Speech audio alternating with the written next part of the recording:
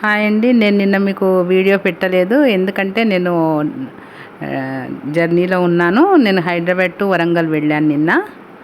ఇంకా జర్నీ చాలా బాగుందండి. వర్షాలు పడ్డాయి కదా, అటు ఇటు చెట్లు అవన్నీ ఎంత ప్లెజెంట్గా ఉందో హైదరాబాద్ టు వరంగల్ అయితే చాలా బాగుంది.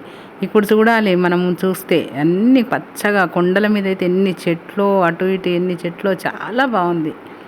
ఇంకా ఇంటికి వెళ్తూ ఇంట్లో ఏం కూరలు ఉండవని చెప్పేసి కొన్ని కూరలు కొనుక్కొని మార్కెట్కి వెళ్ళి కూరలు కొనుక్కొని పాలు పెరుగు అవన్నీ కొనుక్కొని ఇంటికి వెళ్ళేసరికి 1 గంట 1:30 అయిపోయింది. ఆకలేమో బాగా వేస్తుంది. ఇంటికి వెళ్ళిపోయి బ్యాగ్స్ అన్నీ అక్కడ పెట్టేసుకొని ఇంకా కొంచెం ఫ్రెష్ అప్ అయిదామని చెప్పి చిన్నవన్నీ వస్తువులు అవి ఇవన్నీ సర్దేసుకొని ఎక్కడవక్కడ అప్పుడు స్నానానికి వెళ్ళి కొంచెం ఫ్రెష్ అప్ అయి వచ్చేసరికి 2:30 3 అవుతుంది. ఆకలి బాగా వేస్తుంది. ఏం కూరలు ఉన్నాయి నేను తెచ్చిన దాంట్లో తొందరగా అయిపోయే కూర ఏంటి, వంకాయ కూర.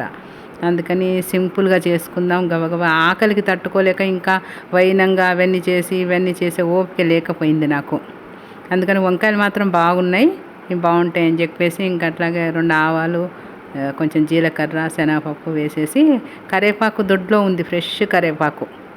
ఆ కరివేపాకు వేసేసాను శుభ్రంగా. అది మంచి స్మెల్ కదండి కూరకి.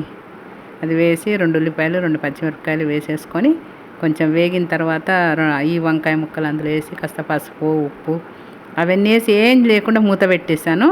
ఇంకా ఒకవైపు బియ్యం కడిగేసుకొని అన్నం ఒక స్టవ్ మీద పెట్టాను. సరే అన్నం అయిపోయేలోపు కూర అయిపోతుంది కదా అని చెప్పి పెట్టి స్టవ్ మీద ఉడుకుతుండగానే నేను మిగతా పనులన్నీ చేసేసుకున్నాను. ఈ లోపల కూర ఉడికిన తర్వాత మనకు మామూలుగా కొత్తిమీర వేస్తేనే బాగుంటుంది వంకాయ కూరలో. సరే ఫ్రెష్గా మార్కెట్ నుంచి తెచ్చిన వంకాయ కూర అది కొత్తిమీర ఉంది కదా, అందుకే ఆ కొత్తిమీర వేసేసాను. శుభ్రంగా మూత పెట్టాను. ఇంకా అన్నం కూడా అయిపోయింది. ఇంకా నాకు కూడా ఆకలి వేస్తుందని చెప్పేసి గబగబా అన్నం పెట్టుకొని వేడి వంకాయ కూర వేసేసుకొని ప్లేట్లో పెట్టుకొని అన్నీ అరేంజ్ చేసుకొని వాటరు అదంతా పెట్టుకునేసరికల్లా టైం పడుతుంది కదా.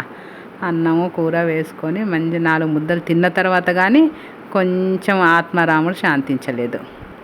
ఆ కూర తిన్నాను, చాలా బాగుందండి కూర. అసలు ఎంత బాగుందంటే మనం ఒక్కొక్కసారి పిచ్చిగా చేసినవే బాగుంటాయి. వైనంగా అందులో ఇది వేసి అది వేసి అన్నీ వేసి చేసినప్పుడు అప్పుడు రుచి రాదు. ఇలాంటప్పుడు ఆకలి మీద ఉన్నప్పుడు ఏంటో మరి ఆకలి రుచి ఎదురు అంటారు కాబట్టి అందుకని కూర చాలా బాగుంది. మీరు కూడా ఇట్లాగే చేసుకొని తిని ఎలా ఉందో చెప్పండి. అసలు కూర చాలా బాగుంది.